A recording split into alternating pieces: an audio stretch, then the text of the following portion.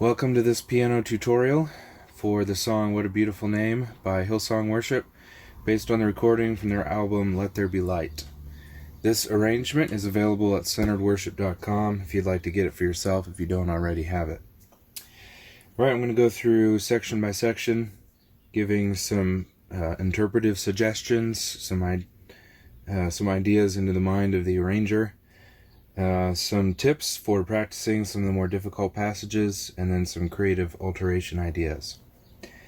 Alright, this arrangement, as all the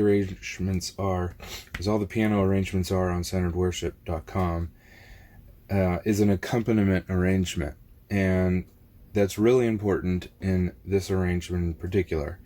If you're used to playing hymns from a hymn book, or being the only instrumentalist to accompany singing, then you're probably used to doubling the melody in the piano, playing loud, playing boldly and confidently, giving the congregation something really firm to sing along with, and that's a really great thing.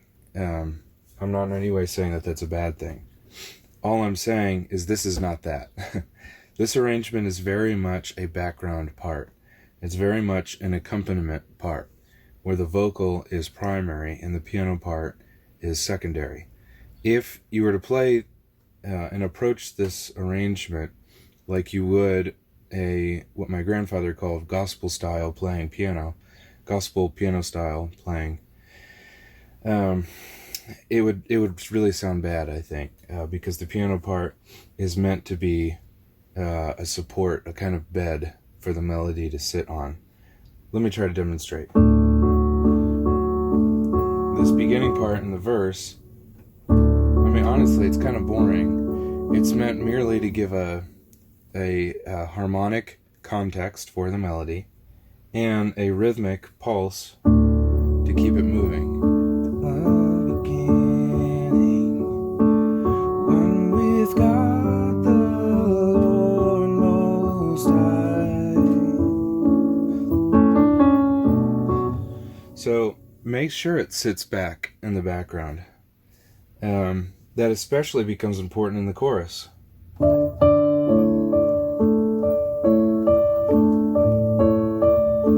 That's really not intended to be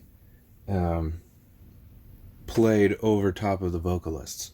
It's very much intended to be a textural thing, something that's giving a mood, if you will, and a harmonic context. Not so much any kind of doubling or anything like that. Alright, at the end of the verse, I did want to draw this out. There's a phrase mark, a slur here, indicating a phrase. This is intended to be played kind of pretty melodically. Really kind of enjoy it.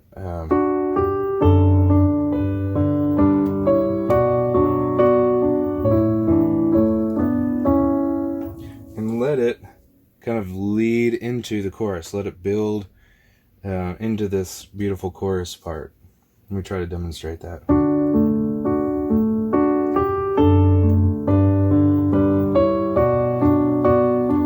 There's almost a kind of tension to it that resolves.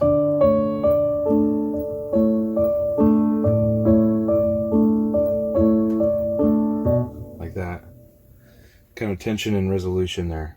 Try to draw that out. I think it'll really, I guess you could think of it as a theological incentive to that, because the verse is more like content.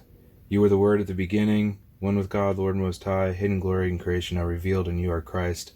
And then the chorus is a response to that. There's a kind of given, like a breathing in and out sort of thing going on. So let your piano playing reflect that.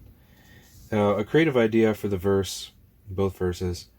If you are playing with either a vocalist who's super confident, or with other instrumentalists, and it's not necessary for especially guitar, and it's not necessary for the piano to keep a rhythm going, I would suggest just playing open chords. Maybe just on the downbeats or on the chord changes. One with God the Lord Most High. And then when you get to this phrase here, then come back in as written. And glory in creation, now revealed in you. So, just a suggestion. When you get to the chorus, that accompaniment part, like I said, needs to be in the background. It needs to be smooth and it needs to be steady in order for it to work. Think of yourself as like a little clock. Keep it totally steady, just like a clock is steady.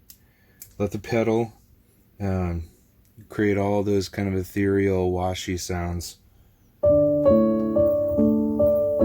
I actually don't have a pedal hooked up to this keyboard right now, so I can't demonstrate that, but you get the idea. Alright, potential problem or a tricky spot. Before I get to that, I almost forgot. The left hand part on that chorus idea has a root note held out over the whole measure, and the thumb playing a syncopated note A up at the top. Oops. Like this. What that means is that you hold down your pinky while your thumb is playing that top note. See how I'm doing that? Pinky stays down.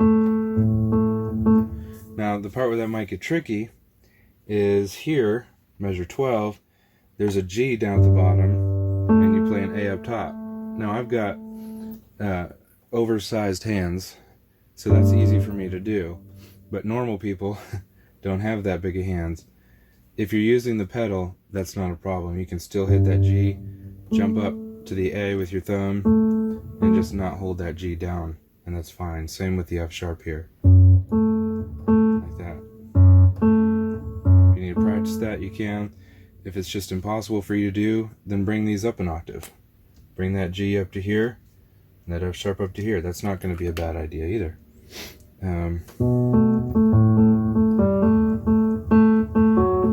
It's really not. Doesn't sound bad. Alright, when you get here, your left hand does a walk-up thing.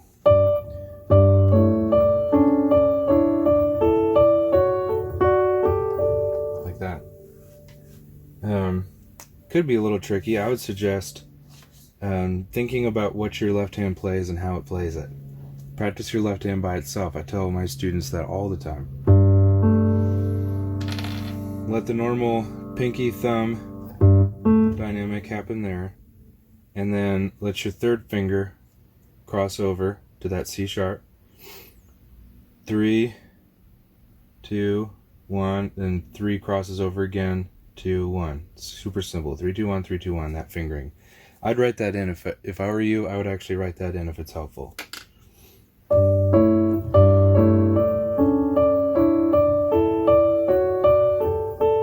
So you see how I crossed my third finger over?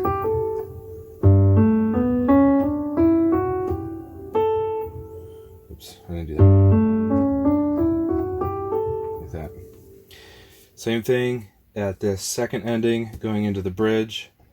I would suggest the same thing. Thumb, or your pinky, thumb, 3, 2, 1, 3, 2, 1.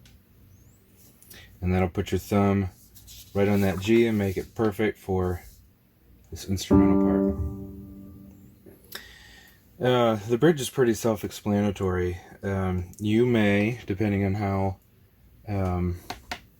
you want to sing it in your church or how your band is arranging it or whatever, you may want to play octaves in your left hand instead of the fifths, like that. You may only want to play one note at a time instead of that. You might play that melody part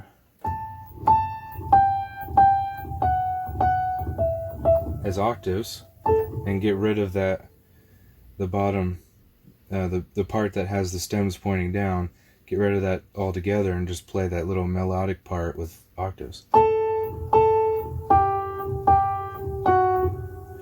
Just some ideas. Obviously that wouldn't work well if you were the only accompanist, but if you were playing with a band, that might sound really nice. The chorus after the bridge has a really satisfying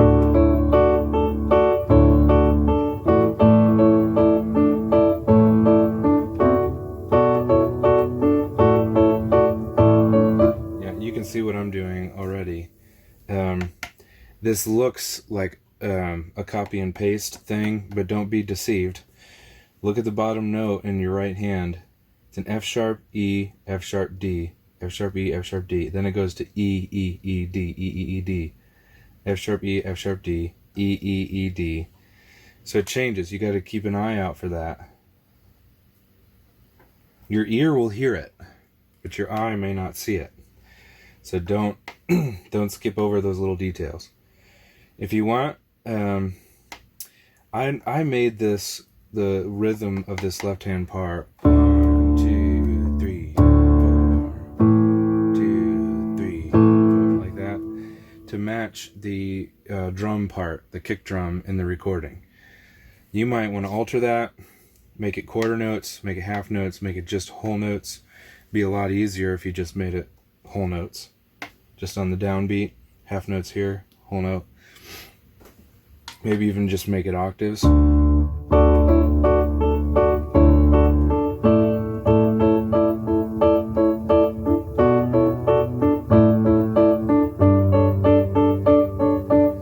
that works. You can even, another idea is just taking off the bottom note that I've circled here and just playing 2 notes at the top. That works too.